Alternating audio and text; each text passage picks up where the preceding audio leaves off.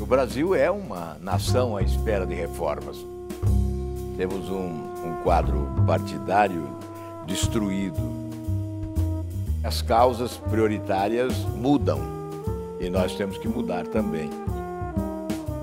Somos defensores das reformas, mas não confiamos no atual governo para empreendê-las. A candidatura à presidência já está confirmada? As pessoas responsáveis não podem se omitir agora.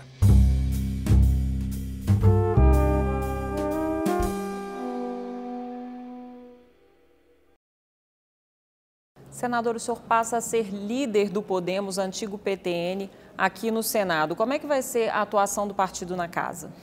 Bom, primeiro dizer por que motivo, né? Porque esse movimento... O Brasil é uma nação em movimento, exigindo mudança. Temos um quadro partidário destruído, arrasado, certamente rejeitado pela população. Partidos políticos que se envolveram em corrupção. A Operação Lava Jato faz revelações surpreendentes para a população, que certamente condenará esses partidos nas eleições do próximo ano. Nós chegamos ao inusitado de ver procuradores afirmando que alguns partidos são organizações criminosas, lavanderia do dinheiro sujo. Então, diante deste cenário, há uma angústia que se abate sobre nós.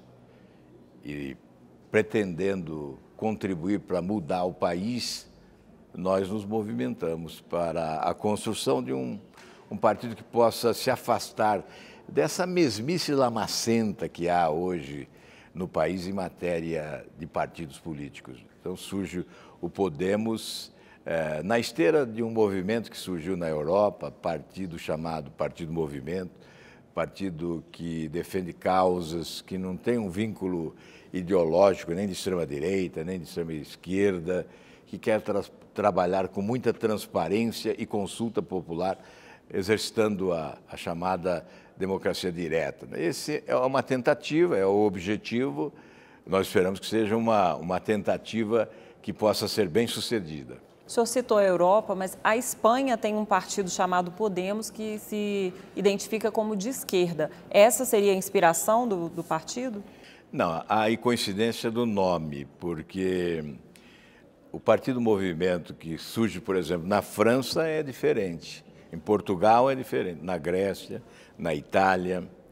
Na Itália se chama 5 estrelas e saiu do 0 para 88 deputados e 35 senadores já no primeiro confronto eleitoral. Na França, todos sabem, é o resultado mais recente, né? O presidente Macron, que era do Partido Socialista, poderia ter sido candidato pelo Partido Socialista, mas entendeu que a população não queria ouvir mais aquele discurso surrado do socialismo, migrou, se movimentou, criou um partido em pouco mais de um ano, se elegeu presidente e elegeu também o partido uma maioria esmagadora no parlamento francês, quer dizer, revelando essa tendência de uma nova forma de partido político, de fazer política, não é? E que nós esperamos seja também bem sucedida aqui no Brasil. O partido Podemos brasileiro está sendo chamado de alternativa à la Macron. Como é que o senhor vê essa comparação? É claro que há a tentativa de se comparar porque há algo em comum, né? Lá se despreza esse vínculo ideológico dos extremos, né? Extrema-direita, extrema-esquerda, esse fla-flu, como diz o senador Cristóvão Buarque, né? Diz que há aí um fla-flu, né? E, na verdade, o que se busca é aproveitar boas ideias da direita, boas ideias da esquerda, somá-las e avançar, né? Na França, o partido é República em Marcha, que dá o sentido dessa caminhada à frente, né? É o nosso objetivo aqui também, mas é evidente que no exercício da democracia direta, quem redige o programa partidário é a sociedade. Então, nós vamos colocar numa plataforma da internet a minuta do programa para recolher sugestões, críticas e certamente vamos aprimorar a proposta. Porque não se trata apenas de inovação no nome, nós queremos a inovação de conteúdo. Desejamos exatamente a formulação de propostas que estejam de acordo com as prioridades da população. Por isso que nós denominamos de partido de causas. Não é um partido estático, ele tem que ser um partido em movimento, porque as causas prioritárias mudam e nós temos que mudar também.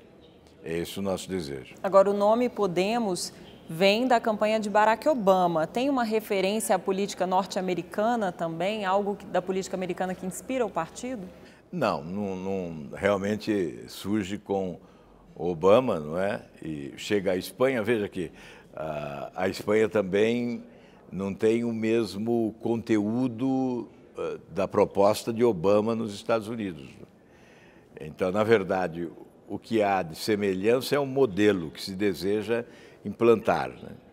O conteúdo, a proposta, a identidade programática, né, é diferente. Não há similitude entre o que pretende o Podemos no Brasil e o que quer o Podemos na Espanha.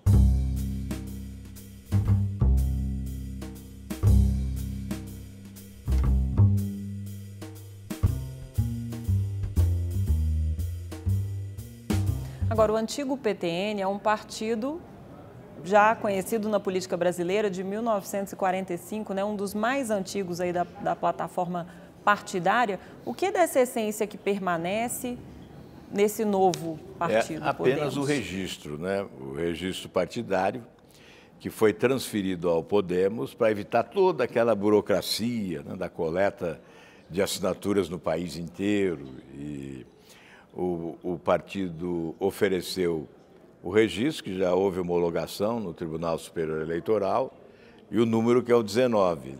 Então, portanto, não se trata apenas da mudança de nome, não é?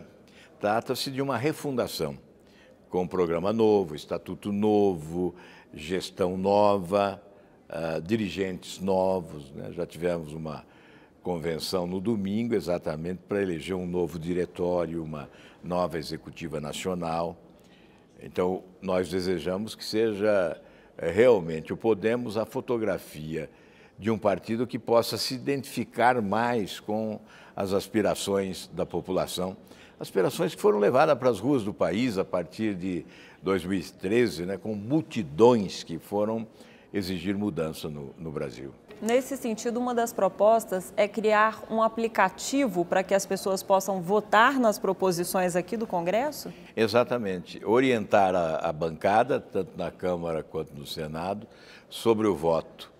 É um compromisso que o partido assume de consultar.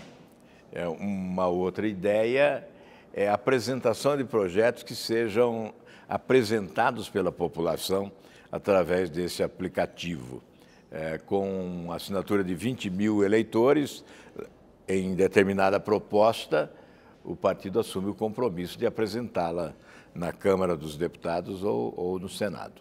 E os representantes vão seguir aquela votação das pessoas no aplicativo dos cidadãos? Esse é o nosso desejo. É evidente que o partido vai procurar também discutir, orientar, né, sugerir, para que a manifestação popular venha com a consistência necessária, sem os desvios que podem ocorrer numa manifestação através das redes sociais.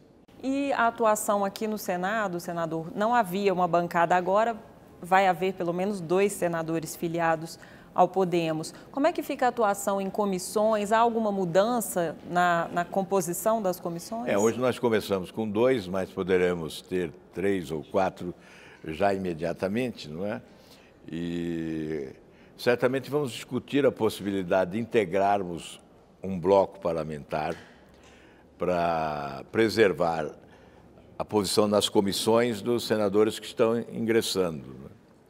E isso nós vamos discutir ainda para administrar melhor, a participação de cada um de nós nas comissões técnicas da Casa.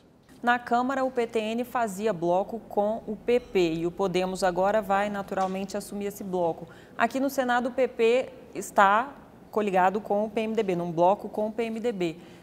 Como é que fica, então, essa negociação? A ideia na Câmara é de se afastar do bloco. Houve essa manifestação já de desejo e de adotar uma posição de independência em relação ao governo. Adotar uma posição de independência não significa ficar no muro, né?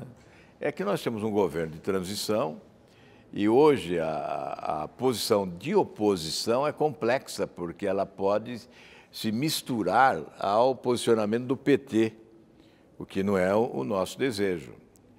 Nós consideramos esse governo a continuidade do governo petista.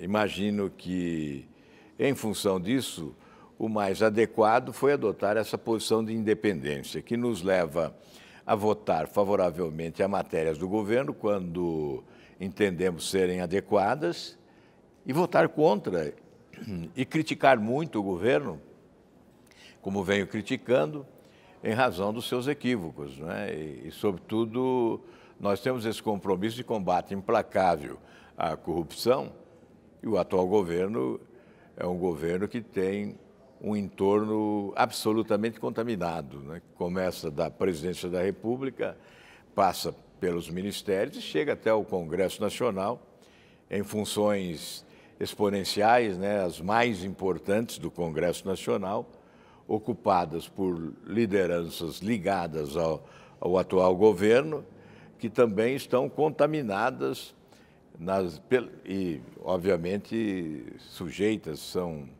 lideranças alcançadas, né, pelas investigações da Operação Lava Jato. Este é o cenário. Por isso, nós imaginamos adotar essa postura de independência como a mais adequada para esse momento complexo aí da atividade pública no Congresso Nacional. E no caso das reformas, o partido vai adotar uma posição única de todos os seus representantes? Não, o partido está liberado para, neste momento de transição, permitir as posições pessoais, né, em relação às reformas. Tanto é que, na reforma trabalhista, tivemos votos favoráveis e votos contrários na Câmara dos Deputados. Eu combato especialmente a ausência de credibilidade do governo para liderar um processo de reforma dessa grandeza. Porque o Brasil é uma nação à espera de reformas, né? A palavra mudança está no dia a dia das pessoas. E a mudança passa por reformas. Aliás, nós estamos vivendo num enorme oceano de mazelas, de dificuldades. E se as reformas não ocorrerem e se a mudança não acontecer, certamente mergulharemos nas águas sujas aí do atraso. Portanto, somos defensores das reformas, mas não confiamos no atual governo para empreendê-las.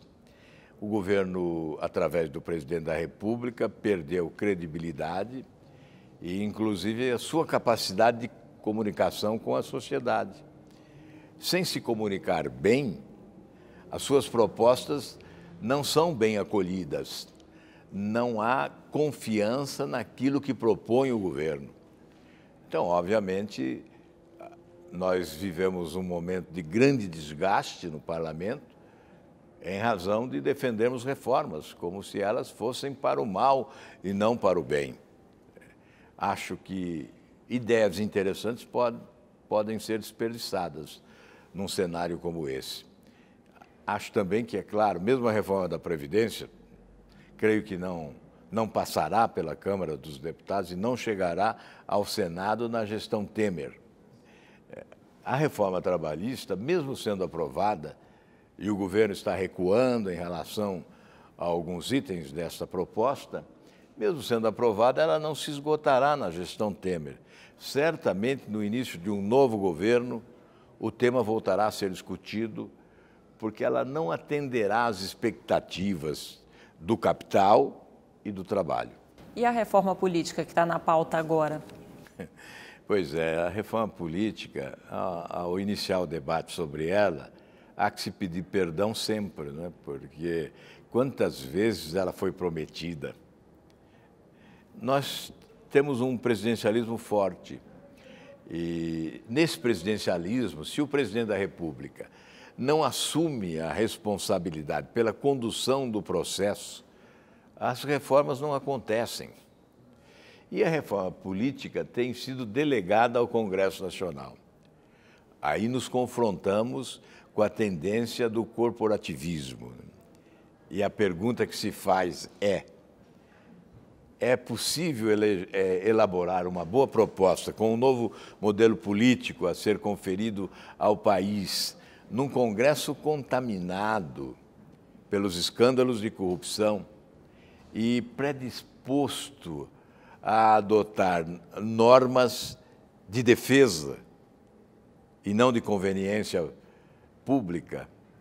Por isso, o que eu defendo em relação à reforma política é que se faça o que for possível agora, mas não se apresente como reforma política, porque a verdadeira reforma tem que acontecer depois, com um governo eleito, com um presidente da República autorizado pela legitimidade do voto, capaz de convocar especialistas para debater com a sociedade um pré-projeto de reforma política e submeter ao Congresso Nacional, subscrito pelo presidente da República e, obviamente, possibilitar o debate aqui, mas com regras pré-estabelecidas pela sociedade.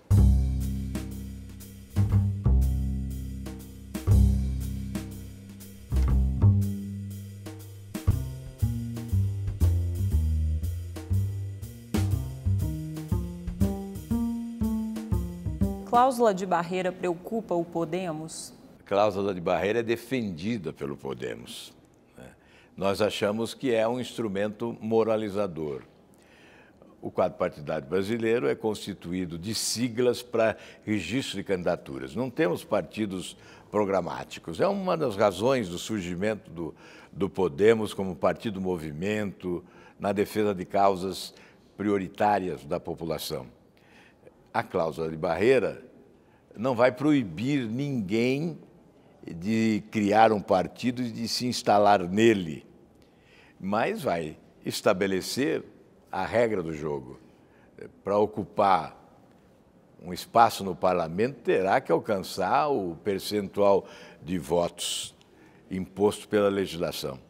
E para ter também espaço na televisão e no rádio, terá que alcançar esse percentual. E para ter recursos do fundo partidário, da mesma forma. Então, com a cláusula de barreira, se fosse adotada com os percentuais que nós consideramos adequados, não é? Nós teríamos, então, uma redução do número de partidos no Congresso que trabalharia a favor da qualidade do Legislativo. Senador, a mudança de partido do senhor para o Podemos também tem a ver com a candidatura à presidência. Já está confirmada? Olha, me constrange até postular, não é? E, especialmente porque quem se dispõe a trabalhar na construção de um partido político não pode chegar postulando.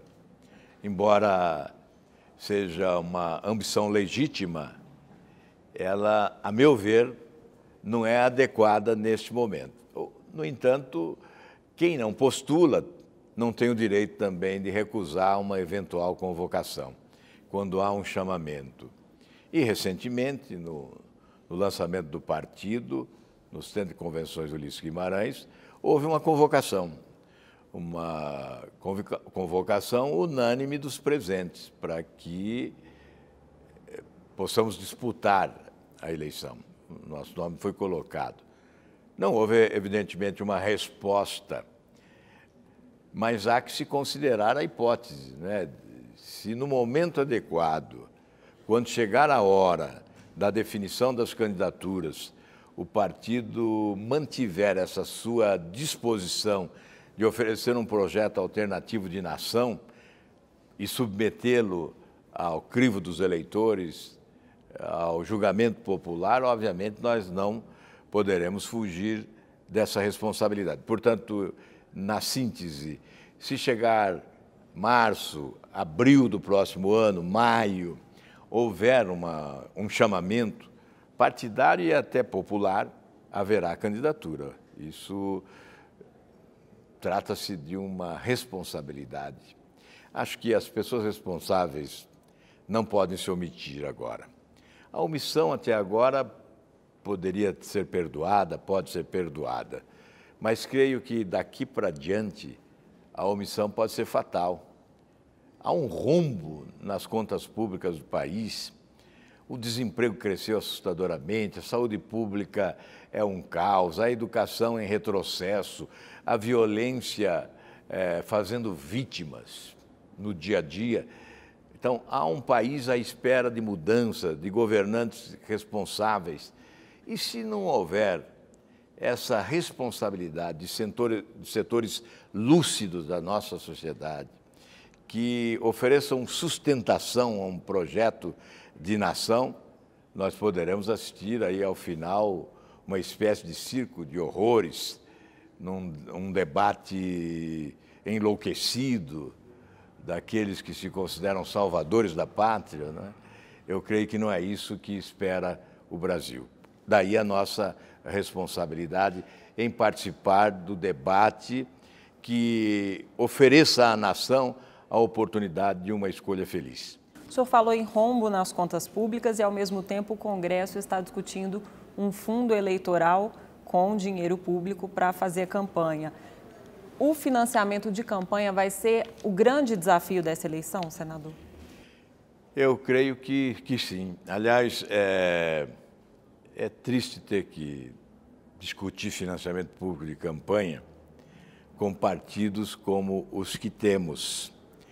Procuradores dizem, não é partido político, é uma lavanderia ou uma organização criminosa. E o Congresso vai discutir e vai aprovar um fundo para o financiamento da campanha eleitoral. Eu imagino que o correto seria adotarmos procedimentos que correspondam à expectativa da população. Nós poderíamos aperfeiçoar mecanismos para a doação de recursos pelas pessoas e não pelas empresas, né? Através da internet, por exemplo, desburocratizar, facilitar a doação. Certamente as pessoas com credibilidade, candidatos com credibilidade, obteriam o suficiente para a sustentação financeira da sua campanha, através das redes sociais, desse movimento nas redes sociais. Nós falamos de uma possível candidatura. Tem um vidente que falou que o senhor seria o sucessor do Michel Temer. O senhor acredita em previsões? Olha, não se trata de acreditar, trata-se de respeitar, né? Porque há convicções e nós temos que respeitar as convicções das pessoas, né?